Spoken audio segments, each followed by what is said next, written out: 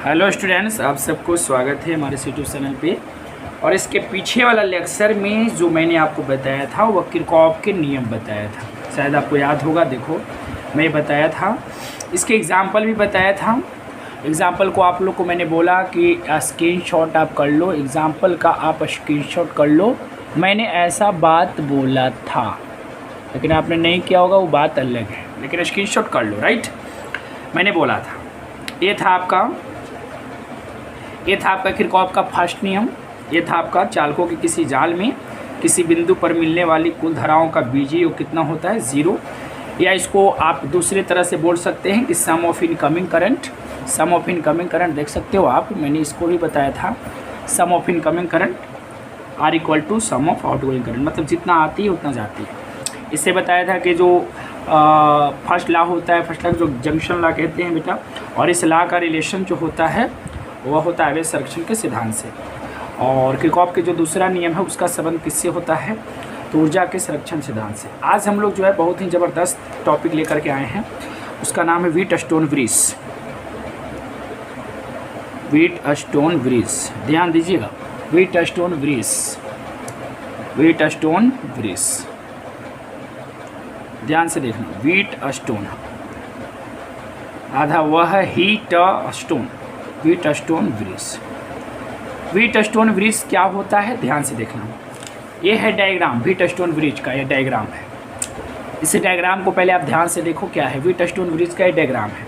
अब मैं आपको बताता हूँ कि ये डायग्राम बना कैसे है। मैं आपको बताता हूँ कि ये डायग्राम जो है ये बना कैसे है। तो ध्यान देना, सिंपल है, आपको करना कुछ नहीं है। एक ऐसा इस प्रकार से आपको चतुर्भुज लेना है, इस प्रकार से आपको चतुर्भुज लेना है, ऐसे इस प्रकार से। और इसमें बीच में अगर आप गैपिंग छोड़ देते तो ज़्यादा बेटर रहेगा। यहाँ पे चारों भुजाओं में गैपिंग छोड़ दो, ताकि हम लोग इस प्रकार से प्रतिरोध को ऐसे जोड़ दें, इस प्रकार से। कहने का मतलब ऐसा है, मैं आपको दिखा देता हूँ, इस प्रकार से, ऐसा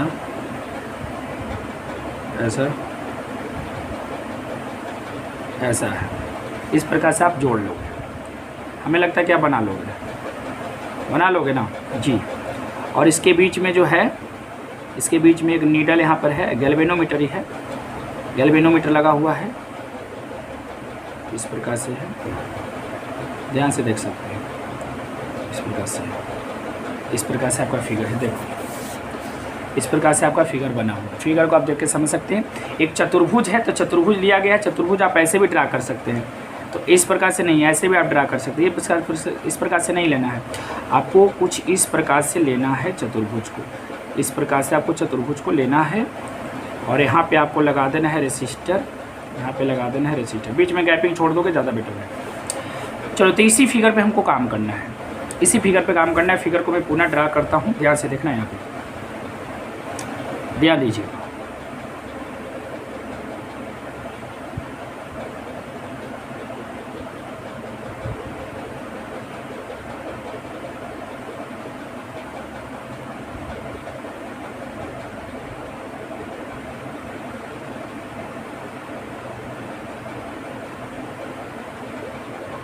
इस प्रकार से आपको मैंने ड्रा किया, जैसा हमसे ड्रा हुआ।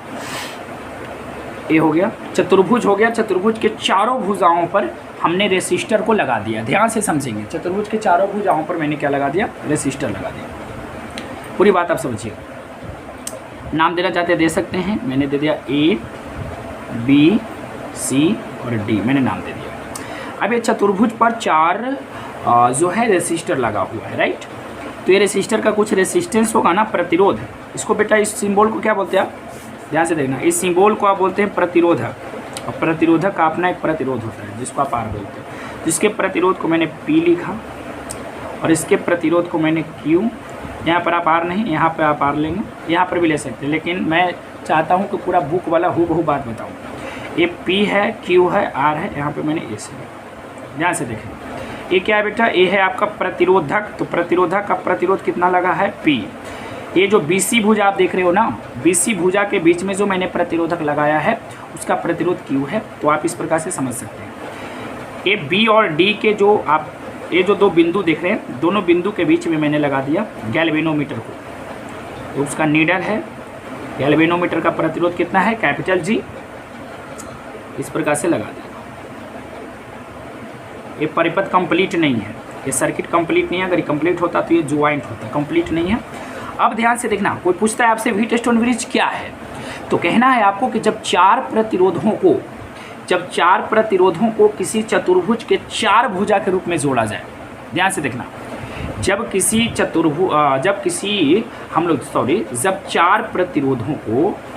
चार प्रतिरोधों को किसी चतुर्भुज के चार भुजा के रूप में जोड़ा जाए तथा दो सम्मुख बिंदुओं के बीच में गैल्वेनोमीटर और बचा जो दो सम्मुख बिंदु है उसके बीच में हम लोग लगा देंगे सेल। क्या लगा देंगे, शेल लगा देंगे। यहाँ पर मैंने इसका भी स्विच जो यहाँ पे ले लिया है। इस प्रकार से अगर आप लगा देते हैं तो ये जो पूरा सिस्टम है ना, इस पूरा सिस्टम को हम लोग बोलते हैं व्हीटस्टोन ब्रिज। ये पूरा प्रबंध को, पूरा अरेंजमेंट को, पूरी व्यवस्था को हम लोग बोलते हैं व्हीटस्टोन ब्रिज। याद रखना, व्हीटस्टोन ब्रिज एक तरह की व्यवस्था है। इसमें क्या होती है कि चार प्रतिरोधों को हम लोग करते क्या है, एक समांतर चतुर्भुज आप नहीं बोल सकते, एक चतुर्भुज बोल सकते हैं। एक चतुर्भुज के चार भुजाओं के रूप में जोड़ दिया जाता है चार प्रतिरोधों को, और जो दो सम्मुख बिंदु है उसके बीच में गैल्वेनोमीटर, और शेष जो दो सम्मुख बिंदु बचा उसके बीच में हम लोग लगा देते हैं एक शेल को। तो इस शेल का कुछ अपना एक विद्युत वाहक बल होगा। मान लेते हैं कि इसका विद्युत वाहक बल क्या है, ई है, और यहाँ पर स्विच है कि हम इसको बोलें Q1 दे सकते हैं, इसका नाम दे सकते हैं K2, नाम ऐसा आप दे सकते हो वैसे एक्चुअली। तो ये हो जाती है। तो ध्यान से देखना, मैं यहाँ पे लिख देता हूँ कि जब चार प्रतिरोधों को, ध्यान से देखिएगा, चार प्रतिरोधों को चतुर्भुज के चार भुजाओं, चतुर्भुज के चार भुजाओं के रूप में जोड़ा जाता है। जब चार प्रतिरोधों को चतुर्भुज के चार भुजाओं के रूप में जोड़ा जाता है तथा दो सम्मुख बिंदुओं, ए और ए सम्मुख है, दो सम्मुख, या इसके बीच में आप जोड़ सकते हैं, लिखते इसको जोड़ना पड़ेगा लेकिन ये व्यवस्था ठीक है। दो सम्मुख बिंदुओं के बीच गैल्वेनोमीटर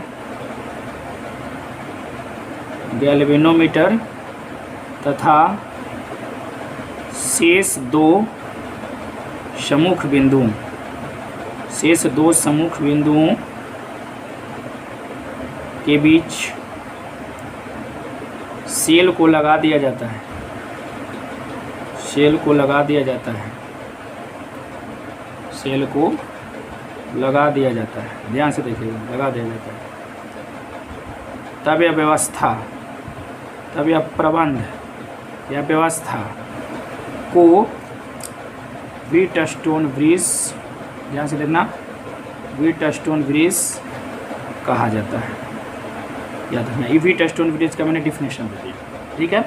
अब ध्यान से सुनिएगा, बातों को ध्यान से सुनिएगा। अब हम लोग करेंगे क्या, ध्यान से देखना, ये जो चार प्रतिरोध है ना, ये प्रतिरोधक इसको बोलते हैं एक्चुअली में, लेकिन ये सब जो प्रतिरोध है PQRS जो प्रतिरोध है, यहाँ पे नोटिस कीजिएगा, जब आप जैसे ही आप सेल लगाओगे ना बैटरी, यहाँ से करंट निकलेगी ना, चलो मान लेते करंट निकलेगा।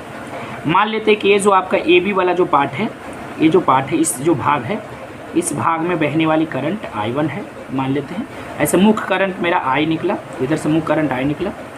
ध्यान से देखना, इस पार्ट में, इस भाग में जो करंट बह रही है उसको मैं I1 बोला, इस पार्ट में जो करंट बह रही है उसको मैंने I2 बोला, और इस पार्ट में जो करंट बह रही है, देखो I1 I2, फिर यहाँ पर मैंने लिया I3, और इस पार्ट में जो करंट बह रहा है उसको मैंने I4 लिया। ध्यान से समझेंगे, देखो मैंने किया क्या, पीछे बार में भी ऐसा क्या था, PQR यहाँ देना चाहिए था, मैंने यहाँ दिया था I1 I2 I3 I4, मैंने ऐसा लगाया। गैल्वेनोमीटर में जो बहने वाली धारा है उसको मैंने बोला I स्मॉल g, मैंने ऐसा ले लिया I स्मॉल g। ध्यान से सीखिएगा, ध्यान से देखना, AB जो पार्ट है बेटा, AB पार्ट में बहने वाली धारा जो है I1 है, BC पार्ट में बहने वाली धारा I2, DC पार्ट में I4 है, और इस पार्ट में I3 है। गैल्वेनोमीटर में जो बहने वाली धारा है वो आपका IG है। ध्यान से देखना, वहाँ पर जब आपको देगा ना ये क्वेश्चन तो देगा वीटस्टोन ब्रिज क्या है, और वीटस्टोन ब्रिज जब संतुलित है यानी कि संतुलन वाला अवस्था के लिए आप व्यंजक प्राप्त कीजिए कि जो वीटस्टोन ब्रिज है बैलेंस कब होता है। तो ध्यान देना, वीटस्टोन ब्रिज बैलेंस कब होता है, जब गैल्वेनोमीटर से धारा नहीं जाता है। गैल्वेनोमीटर से जो धारा बहने वाली जो बेटा IG है ना, यदि IG का मान अगर 0 ले लिया जाए ना, यदि IG 0 होना, ध्यान से देखना, IG यदि 0 हो, इस गैल्वेनोमीटर में बहने वाली धारा यदि 0 होना, तो पूरे वीटस्टोन ब्रिज बैलेंस होता है, संतुलित होता है।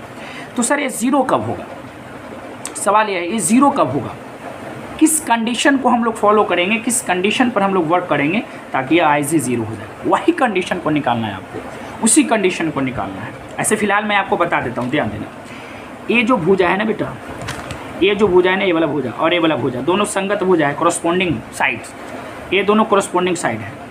कॉरस्पॉन्डिंग साइड का मतलब समझते हो, दो वैसी भुजा जिसमें एक जो है कॉमन वर्टेक्स। कॉमन वर्टेक्स का मतलब क्या होता है, वर्टेक्स का मतलब क्या होता है, कॉमन वर्टेक्स, वर्टेक्स का मतलब होता है शीर्ष। दो ऐसी भुजा जिसमें एक उभयनिष्ठ शीर्ष हो, ए और ए को इसके बीच में एक उभयनिष्ठ शीर्ष हो गया, तो ये दोनों को संगत भुजा बोलेंगे। तो आप सोच सकते हैं कि सर ये दोनों भी तो संगत भुजा, जी बिल्कुल, ये दोनों भी तो संगत भुजा, जी बिल्कुल। तो कोई भी दो संगत भुजा को मैं ले रहा हूँ, तो ए वाला और ए वाला मैं उठा लिया, और इसका जो प्रतिरोध है, इसका प्रतिरोध कितना बेटा P, और इसका प्रतिरोध है Q, दोनों का मैं रेशियो निकालूंगा। फिर से ध्यान से देखिएगा, अब मैं इन्हें से चलता हूँ, ए ऐसे लिया ऐसे लिया, फिर मैं इन्हें से चलता हूँ, ये दोनों कोरस्पॉन्डिंग है, तो इसका मैं लिया R और इसका लिया S, ये दोनों का रेशियो निकालता हूँ। अगर ये बराबर रेशियो आया तो ये जो वीटस्टोन ब्रिज है पूरा बैलेंस हो जाता है। अगर इस कंडीशन को अगर पूरा करता है, मतलब ये दोनों जो कोरस्पॉन्डिंग जो साइड है, ये दोनों जो कोरस्पॉन्डिंग साइड है, इनका जो प्रतिरोध का जो रेशियो आएगा, अगर वही रेशियो इसका निकल के आता है इन दोनों का, तो समझ जाना चाहिए कि गैल्वेनोमीटर से धारा बह नहीं रही है। ये जो नीडल है, नीडल डिफ्लेक्ट नहीं होगा, ये सुई विक्षेपित नहीं होगी, क्योंकि सुई विक्षेपित तब होती है जब इससे करंट जाता है, तो करंट नहीं जाता है इसलिए विक्षेपित नहीं होता है। तो IG 0 कब होगा, जब P/Q बराबर होगा R/S के। ये आप नोटिस कीजिएगा बात को, यही कंडीशन आपको निकालना है, सिद्ध करना है P/Q बराबर R/S, या इसको आप ऐसे भी उलट के लिख सकते हो Q/P बराबर S/R, आप जहद लिख सकते हैं। तो यही कंडीशन को आपको प्रूव करना। चलो तैयार हैं, रेडी हैं, नहीं समझ में आए ना तो एक बार कमेंट जरूर कीजिएगा, ठीक है। चलो तो यही है, 4 प्रतिरोधों को चतुर्भुज के 4 भुजाओं के रूप में जोड़ा जाता है तथा 2 सम्मुख बिंदुओं के बीच में गैल्वेनोमीटर तथा शेष दो बिंदु बचा सम्मुख बिंदु, उसके बीच में आप लोग क्या लगा दोगे, शेल को लगा दोगे। तब इस पूरे व्यवस्था को आप क्या बोलोगे, बोलो वीटस्टोन ब्रिज। देख रहा कैसे प्रूव करेंगे, ध्यान देना। इसमें धारा कितना बह रही थी, इसमें कितना धारा बह रही थी, देखो मैंने ड्रा किया था ना। चलो मैं इसी पर काम करूँगा, वो गंदा हो जाएगा, उधर फिगर लौकेगा, दिखाई नहीं देगा। इधर मैं I1 ले लेता हूँ, इसका I2 था, याद करो, यहाँ पे I3 बह रही थी, ऐसी था ना यार, समझना, और यहाँ पे I4 था, और इसमें तो IG था, राइट। तो देखो क्या करेंगे, ध्यान देना, संतुलन वाली अवस्था में जब प्रूव करने के लिए बोलेगा तब यहाँ पर लिखेंगे, जब वीटस्टोन ब्रिज बैलेंस, क्या हो, बैलेंस हो, तब IG बराबर 0। ये आपको याद रखना, जब वीटस्टोन ब्रिज होता है तो ये IG बराबर 0।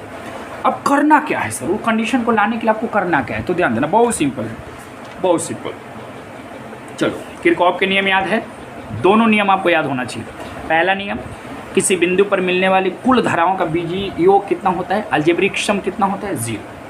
तो मैं करूँगा क्या, जहाँ जहाँ पॉइंट्स पकड़ाएगा, जैसे देखो ए पॉइंट्स है बेटा और ए पॉइंट्स है, ये दोनों पॉइंट्स पर हम लोग लगाएंगे किरचॉफ का पहला नियम।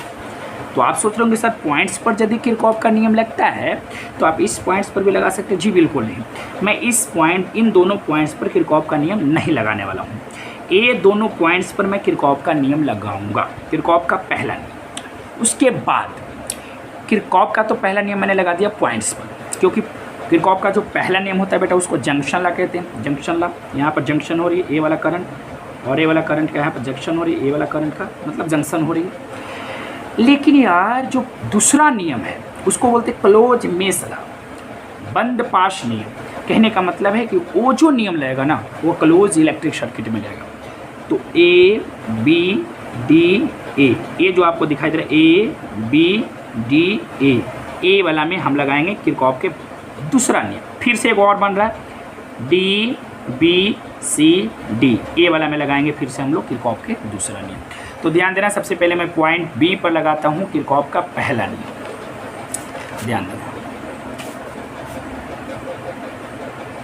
ध्यान देना कैसे करूँगा। पॉइंट बी पर मैं चल रहा हूँ, पॉइंट बी पर चल रहा हूँ फ्रॉम किरचॉफ फर्स्ट लॉ या फर्स्ट लॉ, या इसको आप ऐसे लिख सकते हैं first law of Kirchhoff's. Point b पर मैं चल रहा हूँ, किरचॉफ का पहला नियम लगा रहा हूँ। तो किरचॉफ का पहला नियम क्या कहता है, इस बिंदु पर आने वाली सभी धाराओं का बीजीय योग 0 होती है, मिलने वाली सभी धाराओं का बीजीय योग 0 होती है। जैसे I1 इस पर गया तो मैं आने वाले करंट को साइन प्लस में ले रहा हूँ, ठीक है बेटा, आने वाला करंट का साइन प्लस में, तो I1 इस पर आ रही है तो प्लस में होगा। I2 यहाँ से वापस आ रही है, आउट गोइंग करंट है तो उसका साइन माइनस में होगा। IG भी आउट गोइंग यहाँ से है, पॉइंट से निकल रही है तो उसका भी साइन माइनस में होगा, बराबर क्या हो जाएगा 0। ध्यान देना, I1 गया तो प्लस में, I2 वहाँ से आउट हो रहा है माइनस में, IG भी आउट हो रहा है माइनस में, और सबका बीजीय कितना होता है 0। अब ध्यान से देखना, इसको ऐसे लिख सकते हो I1 माइनस I2, IG का मान 0 है तो ये तो ख़त्म हो जाएगा, इसीलिए यहाँ से मिल जाएगा बेटा आपको I1 बराबर I2। बोलो यहाँ तक सही है। चलो अब देखेंगे, यही काम अब नीचे करेंगे पॉइंट डी पर from first law of Kirchhoff. अब समझ रहे हैं सारे बातों को, तो पॉइंट डी पर लगा दो। पॉइंट डी को देखो आप लोग, इस पॉइंट डी पर I3 करंट आ रही है, इनकमिंग करंट है तो इसका साइन प्लस में, IG भी आएगी। तुम लोग सोच रहा हो डाउट होगा क्या कि यहाँ पे टूटा हुआ कैसे आएगी, मान लो यार, इसीलिए तो मान लो थोड़ा IG आएगी तो यहाँ पर इनकमिंग करंट है और यहाँ से I4 आउट गोइंग है तो I4 का साइन माइनस में होगा, तो क्या हो जाएगा बेटा, I3 जो है गया है, IG गया है, I4 का साइन माइनस में होगा, बराबर 0। IG क्या हो जाएगा 0, तो यहाँ से I3 बराबर क्या हो जाएगा I4, तो A हो गया आपका। अब क्या करेंगे, आप चाहें तो इसको समीकरण फर्स्ट, इसको सेकंड मान लेते सकते हैं, और आप करो क्या, समीकरण फर्स्ट को भाग दे दो आप सेकंड से। जब भाग दोगे तो I1 बटा क्या हो जाएगा I2, LHS को LHS से भाग दोगे, सॉरी I1 को भाग दोगे I3 से, तो I1 बटा I3 और हो जाएगा I2 बटा I4। इसको आप समीकरण ये मान लो, ये मुख्य समीकरण है, मेन इक्वेशंस, इसको मैंने ऐसा मान लिया, समीकरण ये मान लिया। यहाँ तक हमें लगता है प्रॉब्लम नहीं होना चाहिए, बोलो नहीं ना, यहाँ तक नहीं होना चाहिए। मैंने यही काम किया, देख लो मैंने यही काम किया। अब क्या करेंगे, अगेन चलेंगे और हम लोग किरचॉफ के सेकंड लॉ चलेंगे। यहाँ पर मैं लिख देता हूँ from second law of Kirchhoff's. Kirchhoff के सेकंड लॉ से मैं चल रहा हूँ, ध्यान देना। किरचॉफ के सेकंड लॉ कौन सा इलेक्ट्रिक सर्किट में लगाएंगे, तो ABDA, ध्यान से देखना, ABDA क्लोज में ही लगता है बेटा, वो क्लोज में ही लगता है। तो सर्किट ABDA में हम चल रहे हैं, इन लगा देता हूँ, इन चलो उसमें मैं चल रहा हूँ। लगाओ, क्या कहता है किरचॉफ के दूसरा नियम, देख सकते हैं यहाँ पे मैं लिखा था, किसी बंद विद्युत परिपथ के प्रत्येक भाग में जाना है, धारा और उसके प्रतिरोध को गुणा करना है, उसका बीजीय योग उस परिपथ में लगी कुल विद्युत वाहक बल के बीजीय योग के बराबर होता है। इसके पीछे वाला वीडियो में मैं इस पर भरपूर काम किया था एग्जाम्पल के साथ, तो आइए मैंने काम करता हूँ। इसमें चल बेटा, इसमें चल, मैं याद रखना यार, जनरली सा लिखने की कोई ज़रूरत नहीं है। देखो मैंने यहाँ पर पिछले वाला वीडियो में लिख देता था कि इनकमिंग करंट का साइन पॉजिटिव ले रहा हूँ। इसका भी एग्जाम्पल जब करवाया था तो मैं लिख दिया था कि क्लॉकवाइज के लिए मैं प्लस ले रहा हूँ। अगर आप नहीं भी लिखते हैं ना तो समझने वाली समझ जाता है, क्लॉकवाइज को ही पॉजिटिव में रखना है, अच्छा रहता है, बेटर रहता है। तो ये जो आपको देख रहे हो ना, क्लॉकवाइज करंट बह रही है, तो ए वाला करंट का साइन प्लस होगा।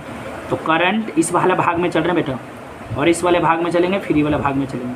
तो इस वाला भाग में आप चलो, करंट और इसके प्रतिरोध को गुना करेंगे तो I1P फिर इसमें चलेंगे करंट और उसके प्रतिरोध का गुना, करंट IG है, प्रतिरोध इसका कैपिटल G है।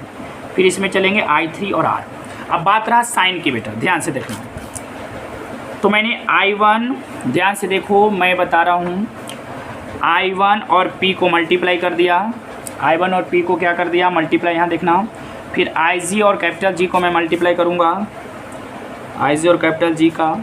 फिर I3 और कैपिटल R का मैं मल्टीप्लाई करूँगा।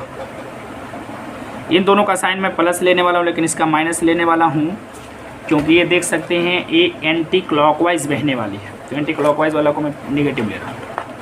अब ज़रा सा ध्यान से समझेंगे क्या होता था। प्रत्येक भाग में जाते थे, प्रत्येक भाग में आप जाते थे, धारा और उसके प्रतिरोध को गुना करते थे, गुना करने के बाद उसको बीजीओ करते थे। बीजीओ किसके बराबर होता था, कुल विद्युत वाहक बल के बीजीओ के। अब इसमें बताओ कुल विद्युत वाहक बल कितना है, सोच के बताओ। जब ये जिस आप सर्किट में घूमे हैं उस सर्किट में कहीं पे सेल दिखाई दे रहा है, नहीं, तो जब इस सर्किट में कहीं सेल नहीं दिखा रहा है तो विद्युत वाहक बल कहाँ से होगा। अगर आप सोच रहे होंगे कि ये वाला सर तो ये पॉसिबल नहीं है, आप जिस इलेक्ट्रिक सर्किट में चल रहे थे उसी की बात कह रहा हूँ, तो यहाँ पर नहीं है। तो यहाँ पर मैं लिख दूंगा टोटल इलेक्ट्रोमोटिव फोर्स 0। I1P है, ध्यान से देखना, I1P, IG का मान 0 होता है, देख सकते हैं संतुलन के लिए। तो 0 इंटू का छुर जड़ 0 और I3R है बराबर 0। यहाँ से जब कर दोगे और देखो यहाँ पे से देखो, इसको प्लस में जाएगा उधर ना, तो हो जाएगा I1P बराबर I3R। अब यहाँ से I1 बटा I3 मैं निकाल लेता हूँ, तो यहाँ से R बटा क्या निकल जाएगा P। इसको मान लेता हूँ समीकरण 3। अब इसी प्रकार से सिमिलरली चलेंगे, सिमिलरली इन सर्किट। एक और सर्किट बच रहा था ना, कौन सा सर्किट बच रहा था, देखो BCDB, और इसमें चलेंगे, लगाओ I2 क्लॉकवाइज है बेटा, तो I2 इंटू Q, ये माइनस में होगा I4 into S, I2 into Q minus I4 into S, minus में ये भी होगा, देखो एंटी क्लॉकवाइज बह रही है, मैं ऐसे चल रहा हूँ, देखो ए हो गया, ये क्लॉकवाइज था, घड़ी ऐसे घूमती है क्लॉकवाइज, ये चल रहा है, ये एंटी क्लॉकवाइज था, ये भी दूसरा एंटी क्लॉकवाइज है, एंटी क्लॉकवाइज है, देख सकते हो ऊपर बहता तो ना, एंटी क्लॉकवाइज है। इसके लिए क्लॉकवाइज था ना, इसके लिए क्लॉक, लेकिन इसके लिए जो है एंटी क्लॉकवाइज है। लेकिन अगर आप चाहेंगे कि मैं ऐसे लेके चलता हूँ, यहाँ से अगर आप चलें, कोई विद्यार्थी का समस्या होता है कि मैं इधर से चलूँगा, तो ये तो क्लॉकवाइज होगा।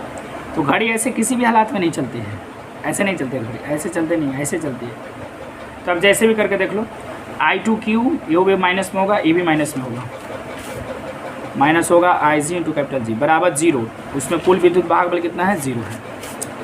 तो हो जाएगा क्या, I2Q ये तो 0 हो जाएगा, तो ये जाएगा उधर बेटा, तो I4S। अब यहाँ से ऐसे कर लो, I2 बटा I4, करंट का रेशियो निकाल देता हूँ, और S बटा Q, समीकरण इसको 4। अब जरा सा दिमाग लगा करके देखो, दिमाग लगाओ, सोचो, अगर हम जाएं फ्रॉम ए इक्वेशन ए से हम चल रहा हूँ, और I1 बटा I3 का मैं मान रख दिया, R बटा P है यहाँ पे, और I2 बटा इसका मान है, I4 का मान कितना है, S बटा Q, देख सकते हैं ना। यहाँ पर से समीकरण ए में मैंने किया फ्रॉम ए, I1 बटा I3 का मान मैंने यहाँ पर रख दिया, R बटा P, और I2 बटा I4 का मान रख दिया। देखो ए हो जाता है प्रूफ।